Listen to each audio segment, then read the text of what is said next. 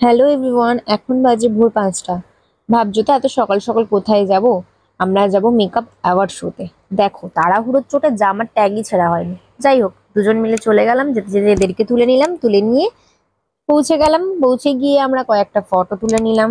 Location ছিল royal Bengal banquet hall, city centre 1-এ।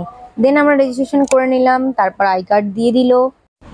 তারপর আমরা সবাই মিলে ব্রেকফাস্ট করতে চলে গেলাম, আর ব্রেকফাস্ট করে আমরা এখানে সবাই মিলে বসে বসে আড্ডা দিচ্ছিলাম। আর তারপরে ফার্স্ট ওয়ার্কশপের ক্লাস ছিল মণিমালা মণ্ডল ম্যামের, দেন সেকেন্ড ক্লাস হচ্ছে দীপিকা দত্ত দাসের, অ্যান্ড থার্ড ক্লাস হচ্ছে আমাদের লিপা হাসান ম্যামের কাছ থেকে। তারপর আমরা লাঞ্চ করতে চলে গেলাম, লাঞ্চ টাইম হয়ে গেছে। তারপর সেলিব্রিটি গেস্ট প্রিয়াঙ্কা সরকার আসার কথা ছিলেন, উনি এসেও ছিলেন।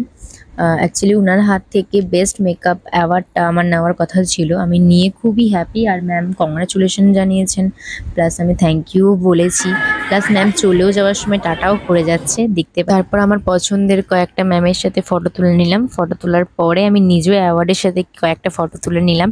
নেওয়ার পরে আমাদের সেলিব্রিটি গেস্ট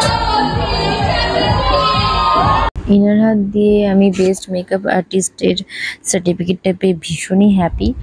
আর সত্যি কথা বলতে এই অ্যাচিভমেন্টটা শুধু আমার জন্য হয়নি, তোমাদের সবার জন্য হয়েছে। আর কিছু কিছু মানুষ আছে স্পেশাল, যারা খুবভাবে হেল্প করেছে।